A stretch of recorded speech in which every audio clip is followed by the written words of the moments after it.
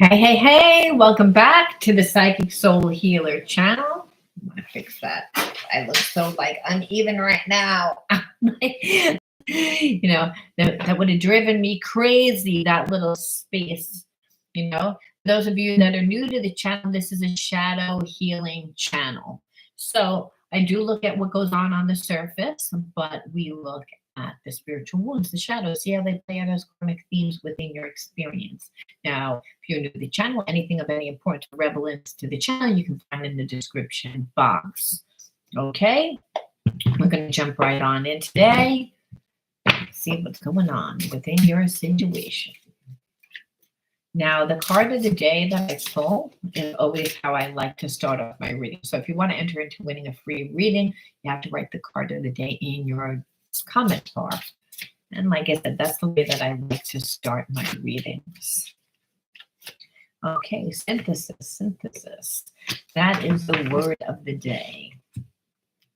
So I'm feeling like you're connected to someone that is intuitively trying to feel whether or not you are like still thinking about them, whether or not they should approach you, whether or not. So again, there's a sense of that this is a very strong soul connection that they feel, but they know that they crossed a line with you. They know that they did a lot of things that um, that you are going to want explanations for. And so they're really nervous about approaching you. So that's the underlining energy again. So if you want to enter into winning a free reading with me, you're going to write synthesis. That's the underlining energy of your reading. Now we're going to see why I pull that energy and what that has to do with anything. Why we look at that energy is because we look at the habits and the behaviorisms to understand why your person does what they do. We're not going to be able to just look at the surface. We're going to have to look at the spiritual wounds. We're going to have to look at the shadows. We're going to have to look at other things. But I like to see what the person's intention is. And we can do that by looking at the hidden truths. I want to feel that way again. Again, that very strong spiritual soul connection, like I said. I don't believe that they've ever already had a soul connection before.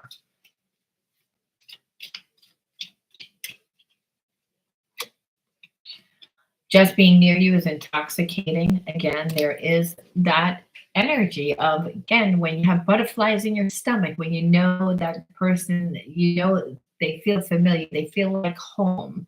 That's why this person wants to feel that way again. Feel like they usually have people around them that they have to wear a mask, that they have to put, like they're always so concerned about making everyone else feel happy, that they have to wear like a mask, play a role. With you, they can be themselves, and then there's all these butterflies in their stomach, and I feel like they always felt you near, even if you weren't around. Again, ESP through the heart and mind. This is, again, very strong spiritual connection, like a past life connection, one that transcends time and space. Again, that's those real soul connections. And I don't believe that this person has ever had that type of connection before. I want to tell you how I feel, and that's a big deal because I feel like the person didn't give anything. And that's why they're like, again, looking for a sign. Is it okay that I approach you? Are you open to me even talking to you again? Almost asking the universe. I wish I could share my good news with you. This person's making changes in their life. Now, we have to look at the shadows before we actually look and see what this person's going to do. So it's like, I feel as if they're really reflecting on how they treated you, and in the time of separation, compared you even to other people, looked at their life, tried to figure out what they really wanted in their life.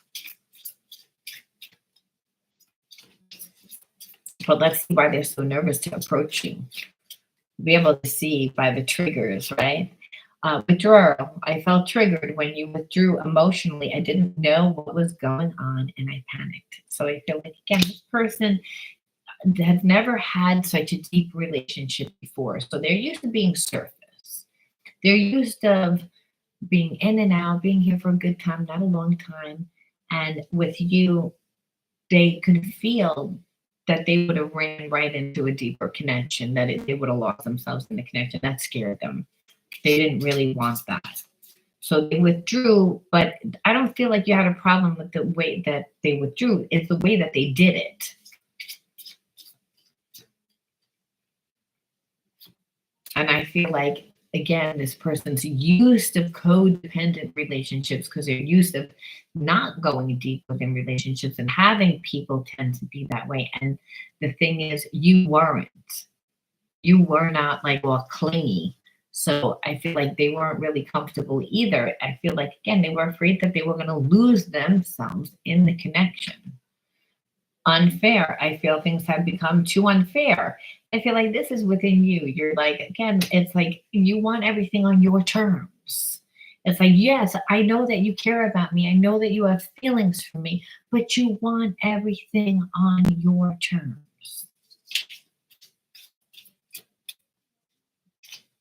This is why you left. What I see is abandonment being triggered all over the place here. Well, no, by the inner child wounds, but right now, the unfairness, the withdrawing emotionally, even when they were here, that was a way of emotionally manipulating you, because they never had a relationship this deep.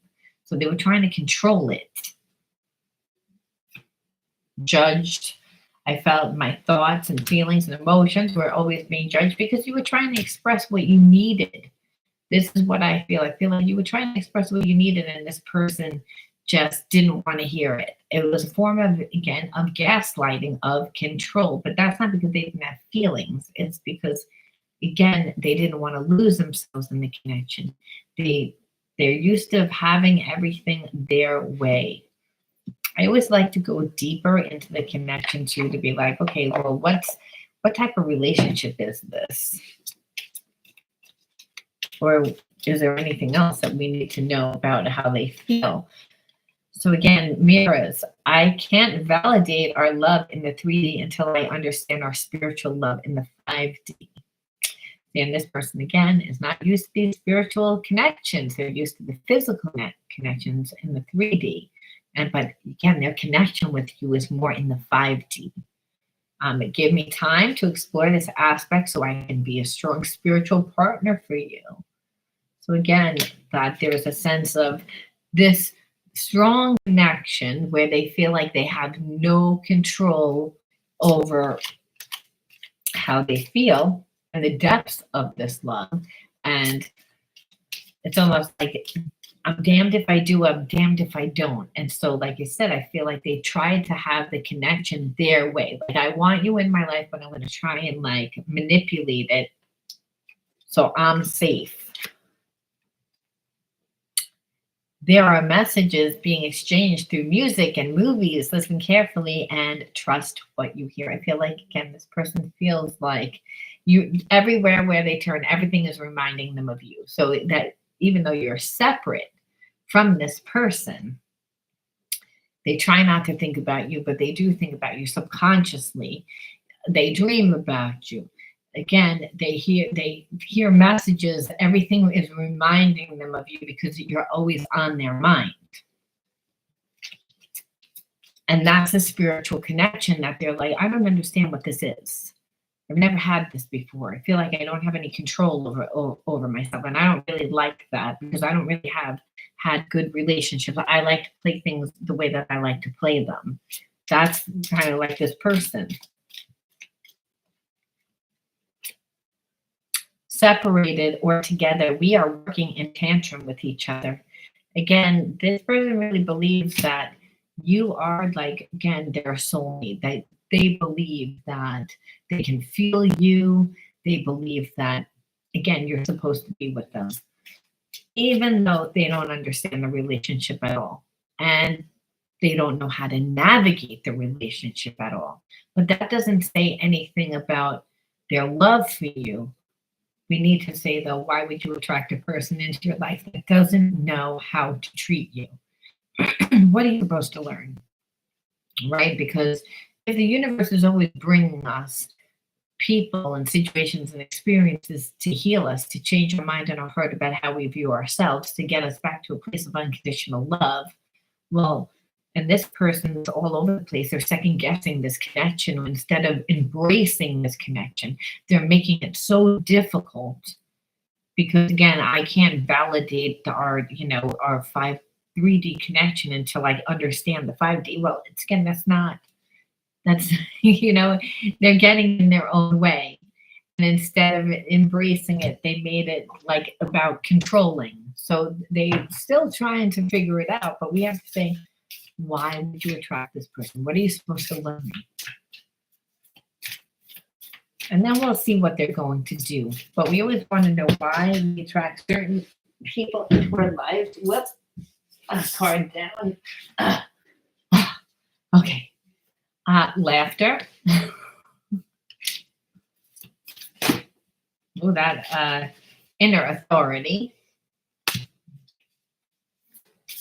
And we'll see what all that means in a second. And innocence. So almost like when you meet a person that you do have a really strong spiritual connection with, you almost think that they're perfect, though they're not perfect. We think that they're going to treat us the way that we treat them. And unfortunately, if we're not coming from a place of really loving ourselves and really enjoying our life where we like ourselves, because we're living a life that we, as I just said, enjoy, then we're going to settle for a lot less. So, because again, we're going to assume that that person loves us. This person's wounded. They do love, but it's up to us. The inner authority is just that. It's like, I listen to myself. It's like you had to, again, not do like a mind over heart. I feel as if you're someone, Virgo, that it's usually like you tend to do your heart over your mind. You tend to be more intuitive about things. And so this was about, again, boundaries, about what it is that you want. It doesn't matter that you're showing me that we have this strong spiritual connection. You're not treating me well. Again, I'm talking to you about how you're making me feel, and you're making me feel judged. That's a form of gaslighting. You know that damn well that it's unfair. It's like, but you're trying to control. And you try to control by withdrawing your emotions continually, like trying to make me feel as if I was less than.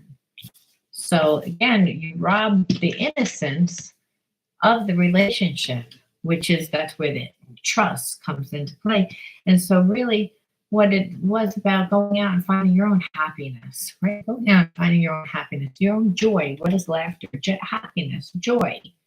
Going out and connecting with other people. And I feel like because you did this is why this person is like, oh my God, I didn't expect for you to do that. I thought that this connection that we had, I could kind of disrespect it without really logically thinking that that's what they were going to do. Disrespect it. They took it for granted. They didn't give you anything. They, again, tried to have everything their way. They didn't care whether it was unfair or not. It's my way or the highway. And now, of course, they're like, I need a sign. Show me a sign. Almost like the universe, you brought me this person that I realized who they are. Now show me another sign. And the universe is like crickets. Meaning like, you want that, you got to fix it. You got to fix it yourself. It's like, I always thought it was going to be there. That's the energy there. And that's why it was really important that you had to listen to yourself. And that's hard. It's a spiritual lesson. But the spiritual lesson is because you did it, you're going to see this person most likely come back because you were like, nope, I love myself. I honor myself. But you didn't get a good response at first. But now they had to go through that process of the ego coming down and them actually looking at their shadows of why they did that. Why did they just jeopardize the relationship? I want to look at their inner child wounds too and see what energy we're supposed to put in to integrate if this person is coming back into your life. Because if they are a soulmate, when there's many different realities that play out at one time, it's what you choose to do to handle this person. I will find my way back to you one day. And I said that. I just feel like that's what they were going to, in their mind, they're like, I don't know how I'm going to come back, and I don't know when I'm going to come back, but I know I can't hold back forever because my feelings are actually getting stronger. They're not less. And every day I feel like I wouldn't be able to feel that it was okay if I missed this opportunity, which is why they're asking the universe, please, universe, you brought me this person. This person's supposed to be in my life. I know that now. I see that now. But they have to do the work. And that's what they're afraid to do. They're actually afraid of rejection. I gave into temptation. And this person, like I said, wasn't here for a long time. They were here for a good time in the beginning. Now they see who you are compared to everybody else. So you had a lot of options, but those options were not, they were, from the dumpster. They weren't of my quality of who I am. Now you see that. Now that I'm removed myself. I have sexual fantasies about you. Well, it's again that passion. That's normal. I mean, how do you think we transmute our wounds? It's through the fire, through the passion, through the love. This person wouldn't come back and apologize. The person was like, I'm looking for a sign, begging the universe. It's like they're figuring out their process. They don't want to do their process, and they would love for you to make it easy for them. It's like it's humbling. And that's what the universe is saying like, I don't like the way that you've been. You have shadows, and your shadows make you wear a mask that make you want to act like you're allowed to be however you are, just use people, and not really the depth. Now you met somebody that you realize is actually somebody of importance. Now look at you. If you want that relationship, you're going to have to humble yourself. It's uncomfortable for them. But again, the sexual fantasies are what really, let's face it, it's the ego driven still. It's still like, I want that. You are the love of my life. That's what they feel. And they feel that way because you're not making it easy. So like you're making them look at themselves. You're making them change. So you really are like a soul mate, because someone that comes into another person's life and disrupts it, changes it, makes them look at themselves. And this is not a volunteered process. It's one that, again, the person was like, wasn't signed up for this. Yeah, I wasn't signed up for this. This is uncomfortable, but I want to feel that way again. I want to have that connection again. So we say, if you give this person a chance, because again, that's a collective reading. But if it is a real twin flame relationship and a person humbles themselves, which is what the universe is making this person do, and with your help, that's why there's many different realities that play out at one time. If you would have given in to this, they would have never seen. Like you would have made it easy when you left. Now it's uncomfortable. So that's what's making them do the work. So the universe is saying, nope, you got to do the work. But if they come back and they humble themselves, which is what they do, then what is the energy that we could pull into this? What are we supposed to learn in order to make this situation run a little bit smoother? We always have to ask ourselves that, because all relationships are divine. Again, they come into our life to teach us. Action. My divine action ignites love and harmony. I am aware of my thoughts and driven by positive forces. I listen to my heart, my desire to manifest light, transform tests into growth, challenges into opportunities, and fear into love. So again, bringing you this person, actually showing you is what this is really at this point, and it's for you also to show them, because they're insecure, that their heart isn't open. So that's why they played games. That's why they approached you a certain way. They were trying to keep it surface. They never felt love like this before. I know that sounds cheesy, but it's the truth. It's making them change. But to them, I say, oh, the sex and the beautiful, this is where they're caught up in, but that's really spirit, like, you know, using you as a catalyst to make them change. Again, not a voluntarily thing, but once you get this person, once they get you, it's again to continually show, to continually do it because of the insecurity. They made you feel insecure by the way that they acted and trying to give you less, hoping that you wouldn't know your value and so that they could get what they wanted that didn't work out. And vice versa. Action continually, not just talk, show. And what else? Faith. I am confident I will achieve my goals. I live in the present and have faith in the future. I firmly believe my value within the universe. So it's again about, first of all, faith is a bridge that connects us, right? It's about being in the moment, being in the now. Definitely do not reflect back on what has happened in the past.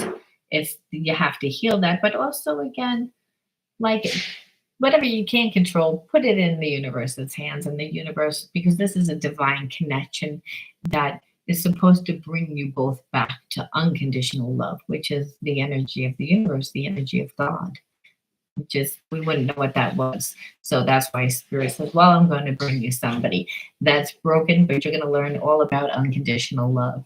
I'm going to leave it there. If you resonated with this, let me know, and I'll talk to you all soon. Bye-bye.